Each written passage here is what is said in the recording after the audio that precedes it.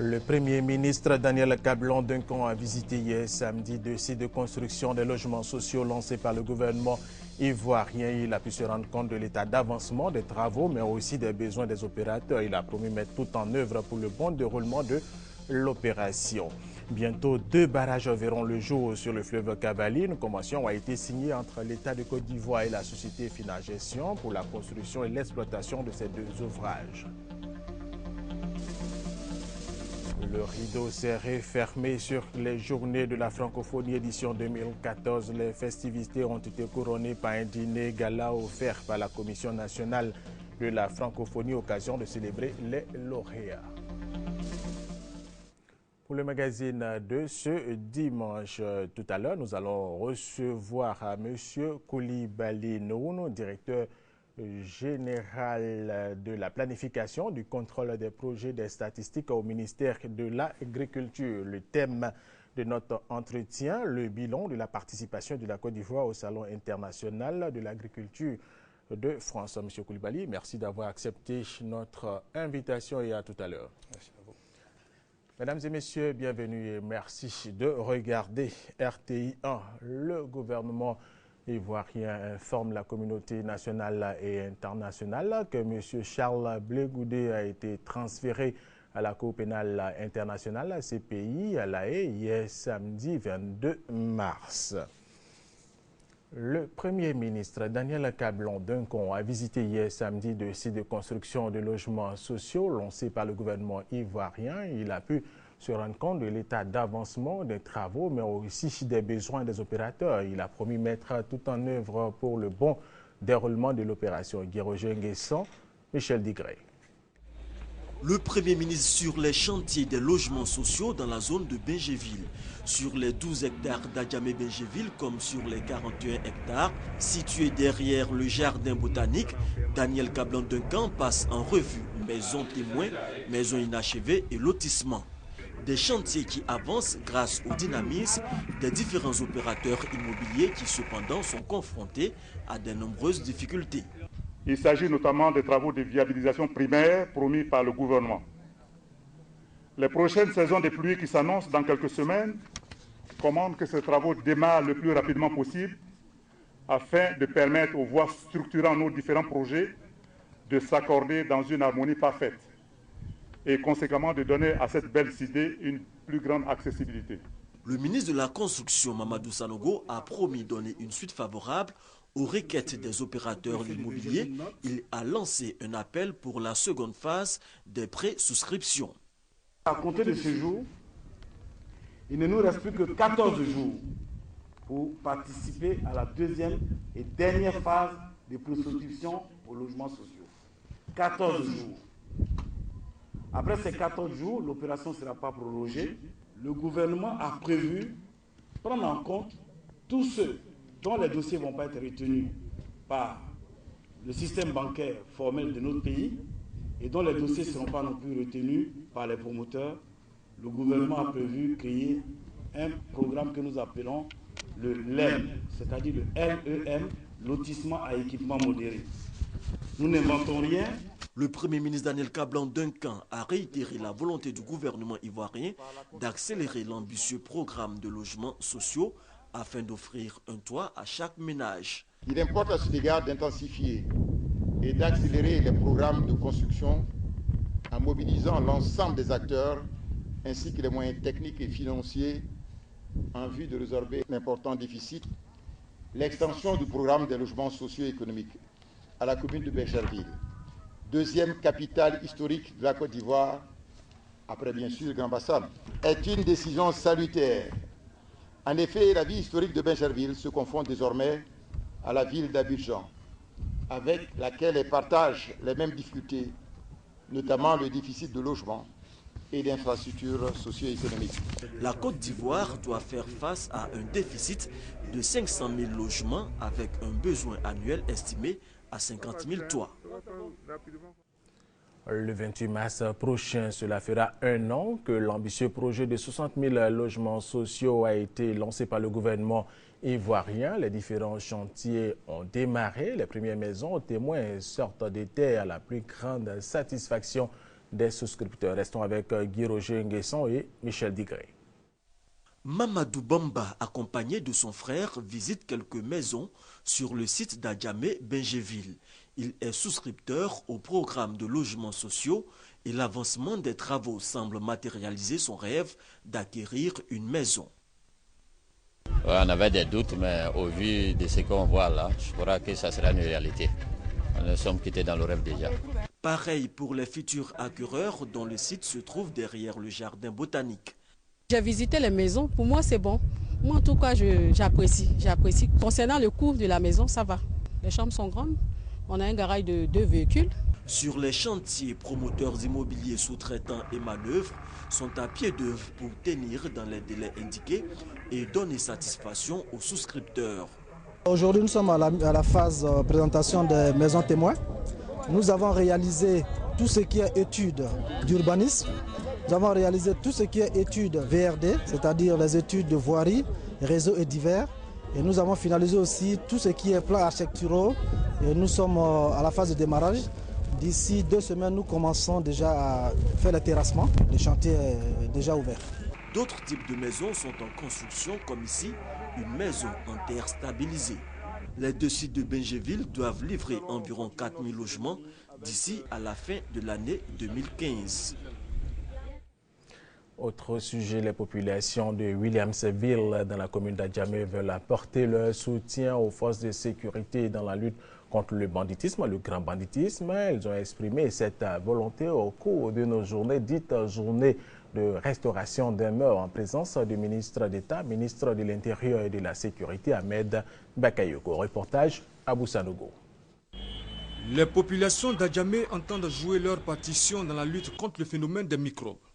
Des gangs d'adolescents dont l'âge varie entre 12 et 14 ans et qui ont l'expérience du maniement des armes blanches.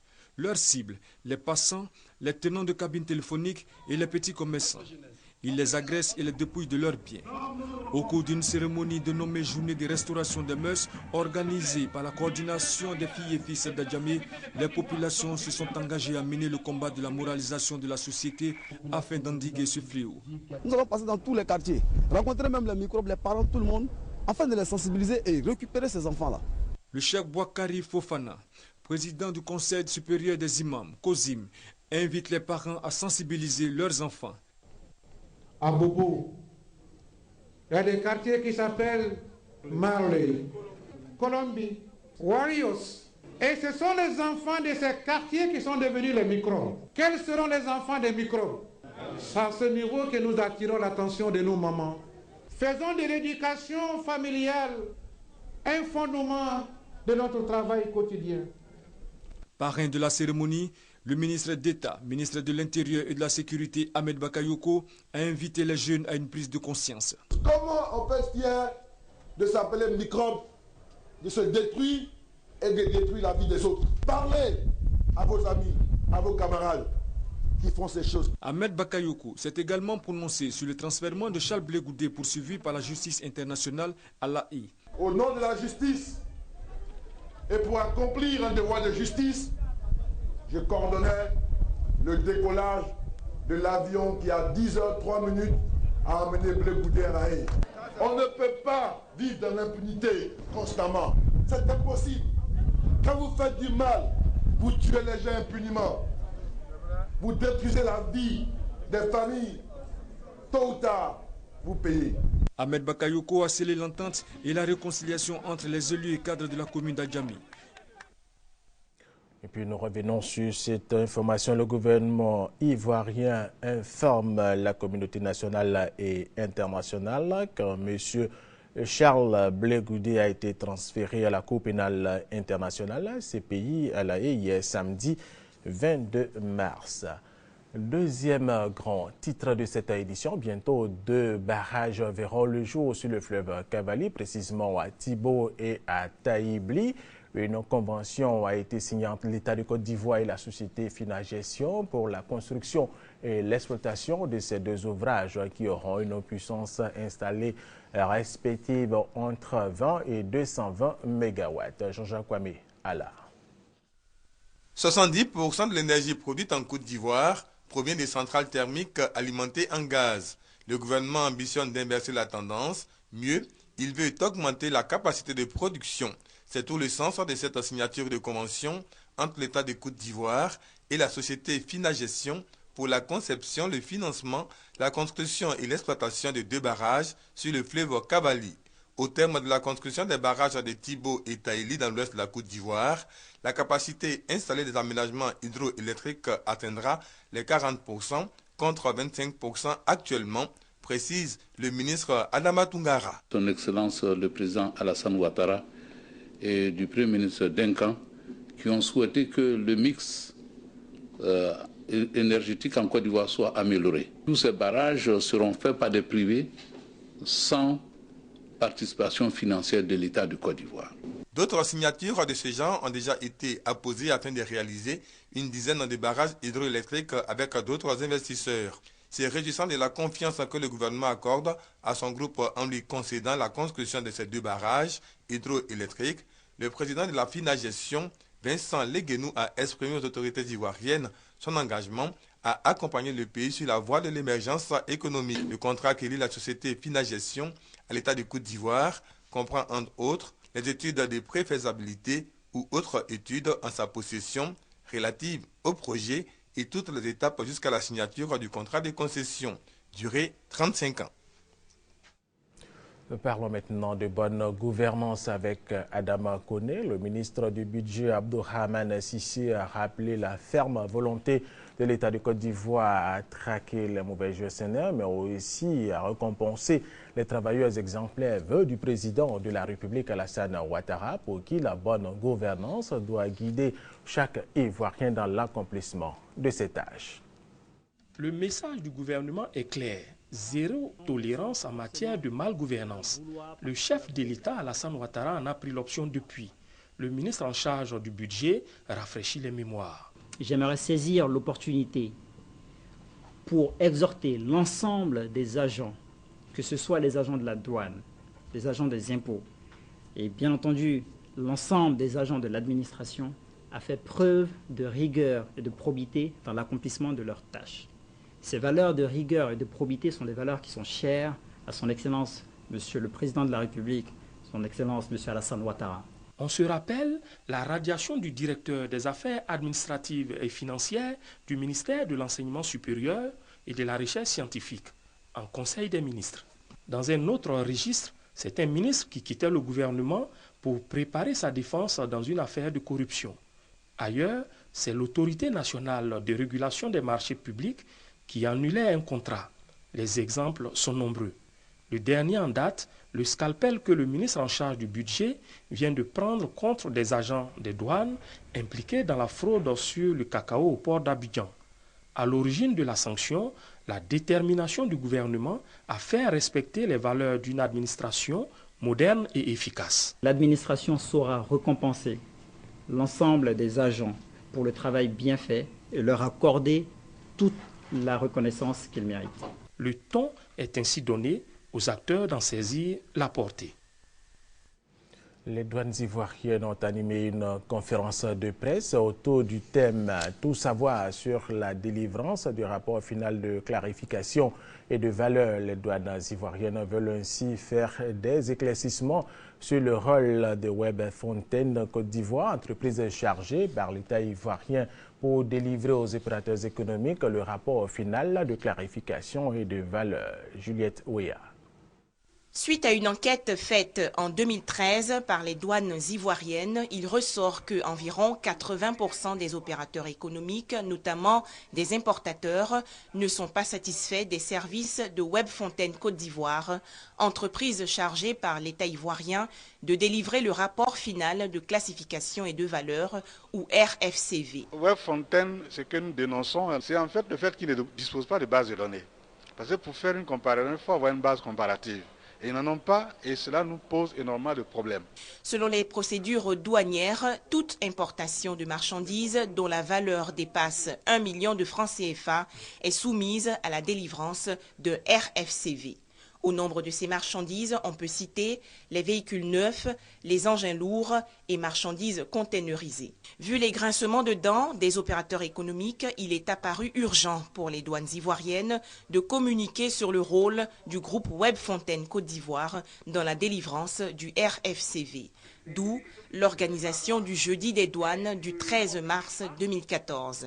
Thème retenu, tout savoir sur la délivrance du rapport final de classification et de valeur. Webfontaine, effectivement, assiste les services douaniers à l'effet d'asseoir une base, j'allais dire, taxable de la valeur des marchandises lorsqu'elles sont importées en Côte d'Ivoire, en certifiant la valeur de ces différentes marchandises. Ce que les entreprises ont à y gagner, c'est d'abord de les mettre, si vous voulez, à l'abri de tracasseries, si on pourrait appeler douanières. Les douanes ivoiriennes soulignent également que les marchandises exemptées de la délivrance d'un rapport final de classification et de valeur sont entre autres les objets d'art, l'or, les pierres précieuses, colis postaux et animaux vivants.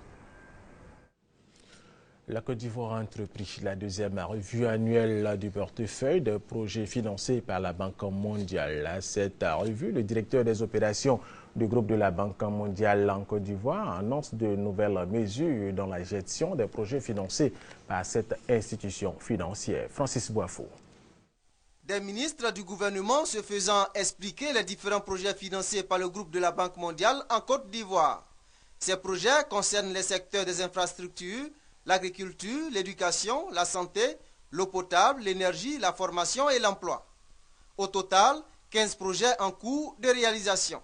Les 15 projets actifs dans le portefeuille font à peu près 540 milliards de francs CFA. À côté de cela, nous avons bénéficié aussi de ce qu'on appelle l'appui budgétaire. Là aussi, nous avons pu bénéficier de plus de 540 milliards de francs CFA de la part de la Banque mondiale depuis la réouverture du portefeuille. Tous ces projets, précise Yao Madeleine, ont des impacts directs sur les populations. Et par exemple, quand vous prenez le programme d'appui post-conflit, c'est vraiment un programme qui a eu pour objectif de créer des emplois immédiats pour les anciens combattants et les individus à risque, en les employant pour réaliser certains travaux de grande envergure qu'on appelle les TIMO. Dans mon ministère, vous avez un projet qu'on appelle le PGD, qui est un projet emploi jeune. Et je peux vous dire qu'effectivement, autour de cela, les jeunes et toutes les associations des jeunes ont été associées à ce projet-là. Et aujourd'hui, eh bien, les questions de stage et les questions de premier emploi sont pour nous une réalité et sur lesquelles nous travaillons. Et je pense que les jeunes peuvent vous donner la réponse parce qu'ils sont simplement satisfaits. Au moment où la Côte d'Ivoire s'apprête à renouveler sa coopération avec le groupe de la Banque mondiale pour une durée de 3 ans, le Premier ministre Daniel Kablan-Duncan plaide pour l'augmentation du nombre de projets visant à réduire le chômage des jeunes. Autre information, lors de la 5e conférence internationale pour le développement de l'Afrique, TICAD, tenue en juin 2013 au Japon, le gouvernement japonais avait émis la ferme volonté de promouvoir le développement urbain durable des villes pour booster leur croissance et attirer les investisseurs privés en Afrique. C'est dans ce cadre que la JICA, l'agence japonaise de coopération, organise des séminaires en vue d'un partage d'expériences entre les pays. Hamza Diaby. Le Japon aux côtés des villes africaines en matière de développement urbain. Cela à travers l'élaboration d'un plan directeur stratégique, de l'organisation de séminaires par l'Agence japonaise de coopération internationale pour un échange d'expériences entre différents pays. Nous avons échangé plusieurs points de vue, surtout concernant le schéma directeur de l'urbanisme. Nous avons déjà pris, comme quoi on a déjà présenté un communiqué final. Nous restons en contact pour continuer les échanges. Ce 5e séminaire a vu la participation de 8 pays, dont la Côte d'Ivoire, pour qui ce projet est d'une grande importance. Il lui permettra son inscription au plan de développement 2012-2015, l'autorisation de son financement sur les fonds d'études et la demande d'une requête de financement auprès du gouvernement du Japon. Depuis 1928, la ville d'Abidjan a fait l'objet de beaucoup d'études.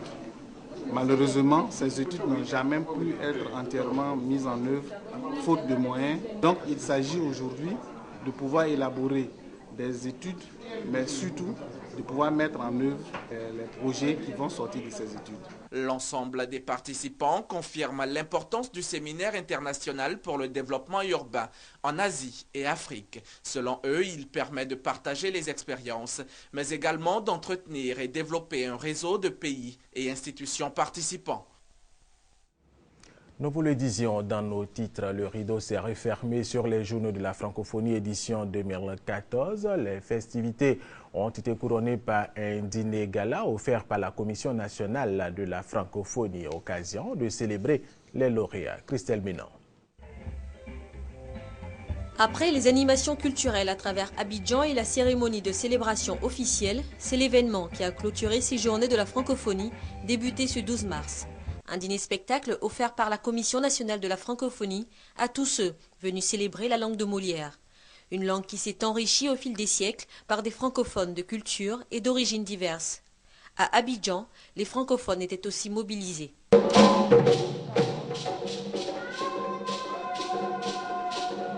Organisé avec l'appui de la Première Dame de Côte d'Ivoire, le dîner a aussi permis de rendre hommage aux lauréats des 7e Jeux de la francophonie à Nice.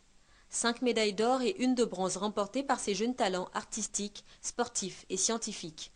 Le Comité national des Jeux de la francophonie, fort d'un 9e rang obtenu aux Jeux de Nice, se tourne maintenant vers un nouveau défi, les 8e Jeux de la francophonie, qui se tiendront en 2017 à Abidjan.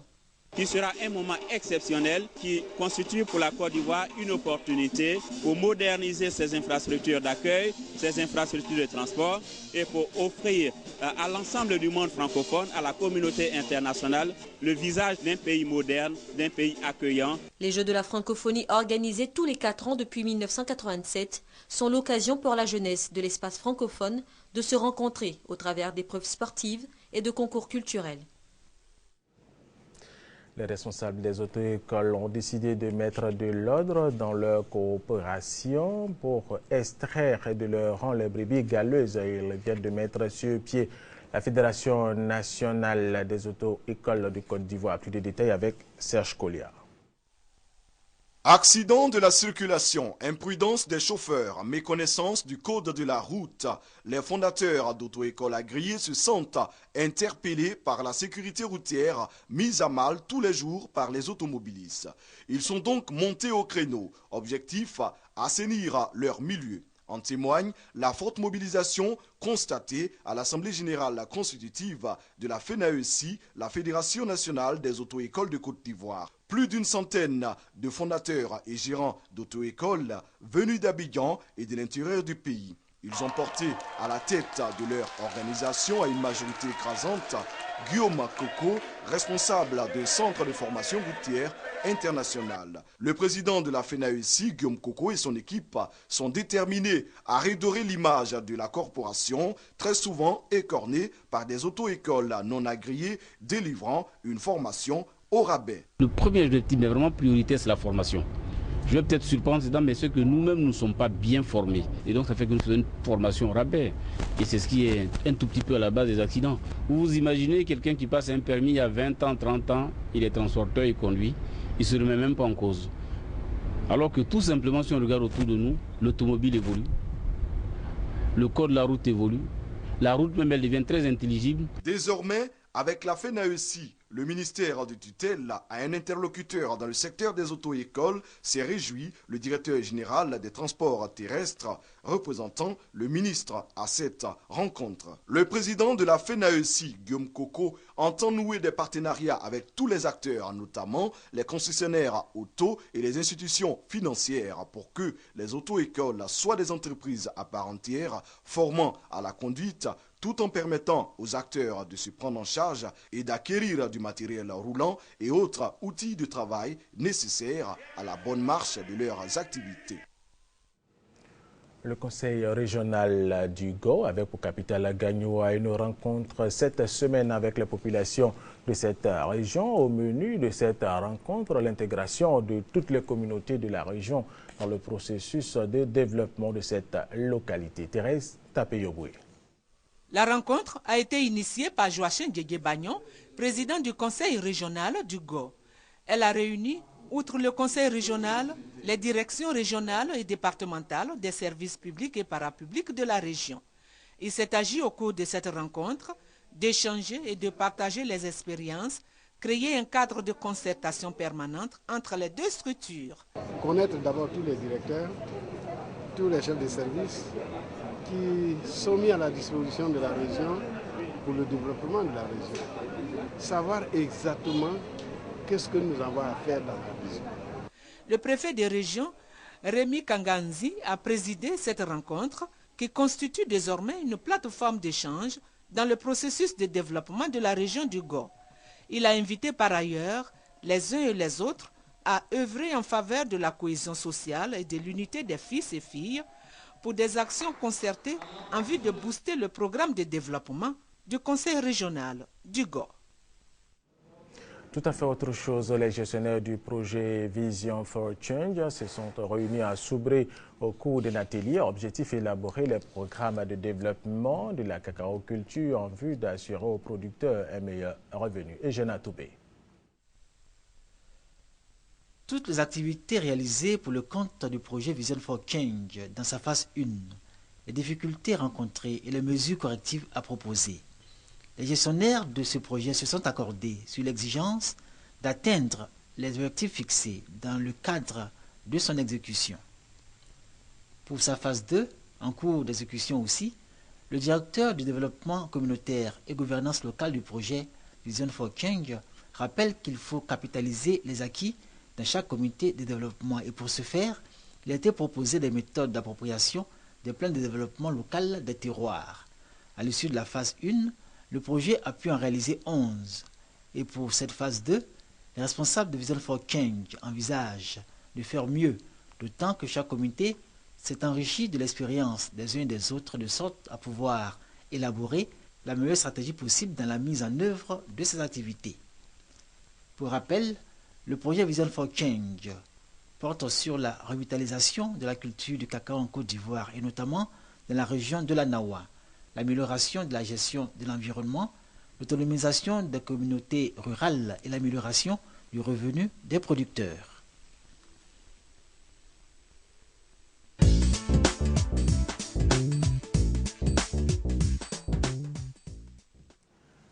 Du 22 février au 2 mars dernier, il s'est tenu à Paris, en France, le Salon international de l'agriculture. La Côte d'Ivoire était représentée à ce salon, le plus grand d'Europe. Jean-Jacques Kwame Alla revient sur la participation de la Côte d'Ivoire, où le ministre de l'Agriculture, Coulibaly Sangafoua, a présenté les opportunités d'investissement en Côte d'Ivoire et bien sûr dans le secteur agricole. La Côte d'Ivoire était à l'honneur au Salon de l'agriculture de Paris. Le président de l'Assemblée nationale et les ministres de la Culture, des Ressources animales et halieutiques ont visité les stands de la Côte d'Ivoire. Stands pris d'assaut par les visiteurs. Objectif, nouer des contacts avec les opérateurs économiques, découvrir les produits et surtout déguster les produits dérivés fabriqués en Côte d'Ivoire. Autre temps fort de ce salon, c'est la conférence prononcée par le ministre de la Culture sur les potentialités d'investissement de la Côte d'Ivoire dans le secteur agricole. Face aux opérateurs économiques et aux journalistes, le ministre a rappelé que dans le cadre de PNIA, Programme national d'investissement agricole, 2040 milliards de francs CFA ont été mobilisés pour la période 2012-2016. Et le bilan en 2014 montre que la contribution de l'État s'élève à 511 milliards de francs CFA et le secteur privé 234 milliards de francs CFA. La Côte d'Ivoire, précise le ministre Sangafoua, a entrepris plusieurs réformes dans le foncier rural qui désormais sécurisent les investisseurs. Nous sommes dans le cadre du programme national d'investissement agricole. Nos services sont à la disposition des investisseurs pour clarifier les situations foncières avant les investissements, pour vous aider à clarifier ces situations et à sécuriser vos investissements. La coopération sud-sud n'a pas été oubliée. La Côte d'Ivoire a profité de la présence de certains pays frères, le Mali, le Tchad, le Sénégal et le Maroc, pour renforcer ses relations dans le domaine agricole.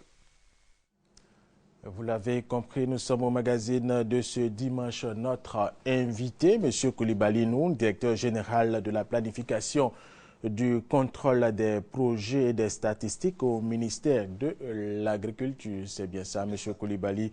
Et le thème de notre entretien, le bilan de la participation de la Côte d'Ivoire au Salon international de l'agriculture de France. Vous y étiez? Oui. Très bien. Avant de parler du bilan, M. Coulibaly, Alors, comment se porte l'agriculture ivoirienne de façon générale? Merci. Alors, le lundi et mardi passé, nous avons organisé à Grand Bassam un atelier bilan des activités du secteur agricole. Cet atelier a révélé que globalement le secteur se porte très bien. Nous avons, au cours de l'année 2013, rendu disponibles 745 milliards de francs CFA qui sont en cours d'exécution dans les projets divers. Et ça fait 37% du programme national d'investissement agricole pour lequel nous recherchons 2040 milliards d'ici à 2016. Le bilan a également montré que la production nationale de vivriers a augmenté de 6%, alors qu'en 2012, nous étions à 12 200 tonnes de production. Cette année, nous sommes en 2013, pardon, nous avons fait 13 500 tonnes de production. Alors, au niveau également du riz, vous savez que c'est un sujet d'actualité. Alors que nous couvrions à peine 38% de la consommation nationale en 2011, en 2013, la production permet de couvrir 70% de la consommation nationale. Donc, globalement, le secteur se porte bien. Très bien, merci. Alors, vous étiez en France pour participer au Salon international de l'agriculture de France. M. Koulibaly, comment s'est comportée la Côte d'Ivoire à ce salon? Écoutez, chaque année, la Côte d'Ivoire participe au SIA, au Salon international de l'agriculture de Paris. Cette année a été une année exceptionnelle. Nous avons voulu présenter les atouts de la Côte d'Ivoire en termes d'opportunités d'investissement. Nous avons voulu également montrer que la Côte d'Ivoire a divers produits agricoles et qui sont d'excellente qualité avec un goût exceptionnel. Nous nous sommes donc préparés pour y aller et nous avons pu mobiliser un grand nombre de personnes en termes d'investisseurs, en termes de journalistes, en termes de personnes qui venaient au salon pour regarder comment ça se passe. En tout cas, nous avons mobilisé beaucoup de personnes autour du salon. Très bien, M. Koulibaly. Alors, quels sont les produits présentés à ce salon? Oui, produits présentés par la Côte d'Ivoire à ce salon. La Côte d'Ivoire a présenté, j'allais dire, en termes de production végétale, la Côte d'Ivoire a présenté tout ce qui est café, cacao, coton, anacarde, j'en passe. La Côte d'Ivoire a également présenté au niveau des ressources animales toute notre gamme de poissons, mais également l'escargot que nous avons vu tout à l'heure dans l'élément filmé et qui a vraiment attiré beaucoup de gens. Très bien. Alors, au-delà de ces produits, notre envoyé spécial à Paris, Jean-Jacques Kwame Alla, nous a dit tout à l'heure que vous avez présenté le programme national d'investissement agricole en Côte d'Ivoire. De quoi s'agit-il? Effectivement. Le programme national d'investissement agricole est un programme qui a été élaboré en 2012 et qui fait 2,40 milliards de francs CFA. Ce programme a déjà fait l'objet d'une table ronde ici à Abidjan, qui a mobilisé un grand nombre d'investisseurs qui se sont engagés à refinancer le secteur agricole. Nous sommes allés au Salon international de l'agriculture de Paris pour remobiliser les investisseurs qui n'ont pas pu venir en septembre 2012 lorsque nous avons fait la table ronde. Alors, le programme national d'investissement agricole couvre un certain nombre de secteurs qui vont de la production jusqu'à l'assiette du consommateur. Nous avons profité pour présenter ce programme à nouveau à Paris. Le ministre de l'Agriculture a fait une communication là-dessus et qui a permis de montrer tout ce qui est opportunité d'investissement, mais surtout qui a rappelé aux investisseurs toutes les réformes qui ont été mises en œuvre par la Côte d'Ivoire pour permettre de sécuriser leur investissement, allant depuis le foncier rural jusqu'aux grandes réformes dans les filières de café, cacao, anacarde et autres. D'accord. Tout à l'heure, vous avez parlé de 2,40 milliards. Alors, M. Koulibaly, je voudrais savoir quelle est la part de la Côte d'Ivoire et des investisseurs étrangers. Alors, sur les 2,40 milliards, quand nous avons fait la table ronde à Abidjan, les intentions qui ont été annoncées, il y a 60% qui relèvent du secteur privé. Les 40% sont partagés entre l'État de Côte d'Ivoire et les partenaires techniques et financiers. D'accord. Donc, 60% au niveau du secteur privé, est-ce que vous arrivez à les mobiliser pour ce financement? Au niveau du secteur privé, nous avons mobilisé donc en 2013 233 milliards de francs CFA au niveau du secteur privé. Et quand nous sommes partis à Paris, c'était vraiment pour relancer et remobiliser ces investisseurs autour du PENIA pour que nous puissions avoir de grands investissements au cours de l'année 2014, parce que 2014 pour nous doit être l'année de l'investissement du secteur privé. Les retombées? Les retombées, alors, depuis que nous sommes revenus, ça fait, disons, à peine 2 semaines. Déjà, nous avons été contactés officiellement par 4 investisseurs qui ont émis leur souhait de venir en Côte d'Ivoire pour prospecter et affiner leur idée d'investissement que nous avons échangé avec eux lors du salon. Alors, il y a des investissements dans le cadre de la formation professionnelle agricole. Il y a des investissements dans le cadre de la mécanisation, notamment l'irrigation. Il y a également des investissements dans le cadre du blanchiment du riz, donc la transformation du riz. Et puis, bien entendu, des investissements qui concernent l'aménagement des bas-fonds pour pouvoir faire la riziculture sur de plus grandes étendues, mais également et surtout pour pouvoir relancer la production de produits maraîchers en Côte d'Ivoire. Ah ben, M. Koulibaly, là, ce sont des intentions. Est-ce qu'il y a des investisseurs qui sont déjà arrivés ici en Côte d'Ivoire pour se frotter à nos réalités? Alors, à ce stade, quand nous sommes partis, effectivement, c'était des intentions. Ces intentions, pour les rendre concrets, il faut que ces investisseurs viennent en Côte d'Ivoire. Ce que nous faisons, c'est que quand ils arrivent, nous allons avec eux sur le terrain. Et en ce moment-là, on procède à la formulation d'un projet, mais qui épouse les réalités de la Côte d'Ivoire, pour ne pas que les projets formulés au bureau soient totalement déconnectés avec les réalités du terrain. Donc nous attendons que ces 4 investisseurs qui ont voulu venir en Côte d'Ivoire, nous les attendons courant avril pour pouvoir commencer le processus de concrétisation de leur investissement avec eux. Ça tourne autour à peu près de 150 milliards de francs CFA, ce qui est déjà une très bonne chose étant donné les quelques jours, 5 jours que nous avons eu à passer à Paris pour pouvoir mobiliser ces investisseurs. Ça a été suffisant pour les mobiliser, pour les sensibiliser. Alors, quelle sera la collaboration? Vous disiez tout à l'heure qu'en avril, ils vont arriver, c'est dans quelques jours, avril.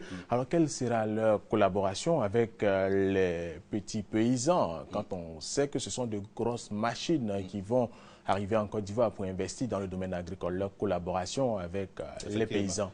Alors, le programme national d'investissement agricole prévoit un modèle très simple. Le modèle est que toutes les structures de type grosses machines d'investissement que nous installons n'exproprient pas, et ça c'est un élément fondamental, n'exproprient pas les petits producteurs autour de là où ils seront installés. Donc ce que nous avons prévu, c'est plutôt un modèle de richesse partagée qui permet à ce que lorsque l'investisseur est installé, qu'il soit national ou qu'il soit un investisseur international, quand il est installé, il a obligation de pouvoir encadrer tous les produits producteurs qui sont autour de lui. Il a obligation de pouvoir les regrouper, de les appuyer à se regrouper en groupements professionnels agricoles. Parce qu'en fait, nous voulons mettre l'accent sur le groupement professionnel agricole pour qu'ils prennent la relève au-delà des projets que nous sommes en train de faire. C'est eux qui vont faire la durabilité des actions que nous sommes en train de mener actuellement. Donc c'est un modèle proprement de collaboration que nous avons établi avec toutes ces structures qui viennent. D'ailleurs, nous avons fait signer lors de la table ronde à toutes les grandes entreprises qui ont donné leur intention d'investir en Côte d'Ivoire une lettre d'engagement formel d'investissement responsable. Donc d'investissement qui ne détruit pas, bien entendu, la biodiversité, mais d'investissement qui respecte la loi foncière de la Côte d'Ivoire et d'investissement qui oblige ceux qui vont s'installer à collaborer de façon harmonieuse avec les petits planteurs. Parce qu'en Côte d'Ivoire, il faut le dire, c'est 90% de la production est faite par les petits producteurs. Alors ces investisseurs viennent avec de gros moyens. Vous avez parlé tout à l'heure de formation. Alors, quel appui aux petits paysans, aux coopératives, les former? Vous avez parlé également de durabilité. Effectivement. Dans le modèle de formation que nous prévoyons maintenant, il y a effectivement la formation de base, à la fois en dual et aussi en entreprise, bien entendu. Mais il y a également le renforcement des capacités, un volet important sur le renforcement des capacités des paysans qui sont déjà sur le terrain et qui sont en train de travailler. Comment ils font pour profiter, bien entendu, des nouvelles technologies qui sont mises en place au niveau du secteur agricole, au niveau de la recherche. Comment ils font pour adopter les semences de qualité que nous allons produire très bientôt et qui sont déjà sur le terrain, bien entendu. Tout cela doit se faire dans un cadre bien précis de formation, de renforcement des capacités de ces producteurs. Donc les centres de formation que nous sommes en train d'initier actuellement, pour lesquels déjà les études de faisabilité ont commencé, vont permettre effectivement de former ces producteurs-là et de renouveler la classe paysanne. M. Koulibaly, vous étiez à Paris, vous allez le redire certainement. Alors, quels sont les premiers produits qui intéressent ces investisseurs? Alors, je l'ai dit tout à l'heure, il y a l'un des investisseurs qui est intéressé à la transformation du riz. Oui, nous avons également, nous avons également présenté un projet sur les fermes sémencières. En Côte d'Ivoire, lorsque nous voulons produire des produits maraîchers à grande échelle, nous sommes obligés d'importer certaines semences. C'est pour ça que nous voulons relancer la production sémencière en Côte d'Ivoire. Donc au niveau du maraîcher, il y a ces produits qui intéressent l'un des investisseurs qui va venir. Il y a également au niveau des bas-fonds aussi, je l'ai dit tout à l'heure, qui est encore dans la production du riz, qui cette fois-ci pas le blanchiment du riz. Bien entendu, il y a un certain nombre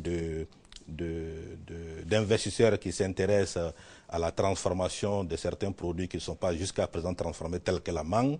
Et nous sommes en négociation d'ailleurs avec ces investisseurs-là. Justement, parlons justement de la mangue. Alors, lorsque ce produit, lorsqu'il est produit ici, dans le nord de la Côte d'Ivoire, une grande partie n'est pas consommée et cette partie va justement à la poubelle. Juste une petite partie consommée par les Ivoiriens, l'autre part en Europe. Et on se rend compte qu'il y a du gâchis. Qu'en est-il de la transformation? Nous avons effectivement, lors du bilan, parlé de ce problème. Certains des présentateurs, des acteurs du secteur agricole sont venus indiquer les quantités de production de mangue qui étaient utilisées, qui étaient exportées, utilisées au niveau national, et les quantités qui restaient non utilisées, et donc qui pourrissaient, comme vous l'avez dit. À ce niveau, c'est près de 100 000 tonnes que la Côte d'Ivoire produit. Et seulement 10% fait l'objet de commercialisation et de consommation au niveau local. Donc il y a encore les 90% qui sont jetés, qui restent là et qui pourrissent. Donc ce que nous sommes en train de faire, c'est de vraiment mettre en place une usine de transformation de ces produits fortement périssables. Et déjà, nous avons commencé à travailler avec l'un des investisseurs qui a quasiment bouclé son financement. Nous sommes dans les derniers réglages sur l'implantation sur le site et nous pensons qu'avant la fin de l'année, effectivement, l'investisseur pourra commencer à mettre en place son usine. Mais la difficulté au niveau de la mangue est que c'est un produit qui, après quelques mois, n'existe plus. Donc, l'investisseur en question doit calibrer son usine pour pouvoir faire d'autres productions lorsque la mangue n'est pas là. Et là encore, ils sont en train de voir s'ils ne vont pas prendre la tomate ou d'autres produits également de type maraîcher pour la transformation sur place. Alors, M. Koulibaly, votre présence à Paris au Salon international de l'agriculture fait justement partie certainement de la politique que vous menez, la planification que vous faites pour que le secteur agricole demeure encore et longtemps la base de l'économie ivoirienne. Oui, merci. Alors, c'est un point absolument important. On le sait, depuis les années 60, l'agriculture a toujours été vraiment l'épine dorsale de l'économie ivoirienne. Et à un moment donné, les investissements ont manqué au secteur agricole de telle sorte que la dynamique qui était établie au niveau de l'agro-industrie, la dynamique qui était établie au niveau de la commercialisation des produits agricoles a pratiquement baissé. Nous avons, à partir du programme national d'investissement agricole, entrepris de relancer durablement l'investissement dans le secteur agricole. Il s'agit de l'investissement privé, de l'investissement à partir des partenaires techniques et financiers, mais également de l'investissement de l'État, qui doit faire tout ce qui est structurant, investir dans tout ce qui est structurant, notamment les pistes de desserte agricole, notamment la formation des organisations professionnelles agricoles, notamment la mise en place de tout un réseau de distribution concernant les magasins de stockage, etc. C'est tout ce travail de planification que nous sommes en train de faire et nous espérons que d'ici 2015, nous pourrons finir tout ce travail de telle sorte que le système se prenne en charge lui-même, c'est-à-dire que les acteurs du secteur agricole soient mieux organisés et qu'eux-mêmes puissent être très autonomes en termes de financement de leur activité. Monsieur Koulibaly, nous merci d'avoir été notre invité. C'est la fin de ce magazine. Restez avec nous. Et ces informations avant de terminer cette édition, le sud de la Guinée connaît depuis début février une épidémie de fièvre virale hémorragique qui a fait, selon un nouveau bilan, 59 morts. L'épidémie est une fièvre Ebola, selon le diagnostic fait à Lyon en France, a expliqué le chef de la division prévention au ministère de la Santé et de l'Hygiène publique guinéen, le docteur Saboka Keïta. La campagne électorale pour la présidentielle du 17 avril a commencé ce dimanche en Algérie avec l'organisation de rassemblements dans tout le pays par les 6 candidats, dont le favori, le chef d'État sortant Abdelaziz Bouteflika, sera physiquement absent. Élection municipale en France. En France, le premier tour des municipales a démarré ce dimanche. 45 millions d'électeurs sont appelés à élire leurs maires et leurs conseillers municipaux. Fin de cette édition. Merci de l'avoir suivi et restez avec nous sur RTI 1.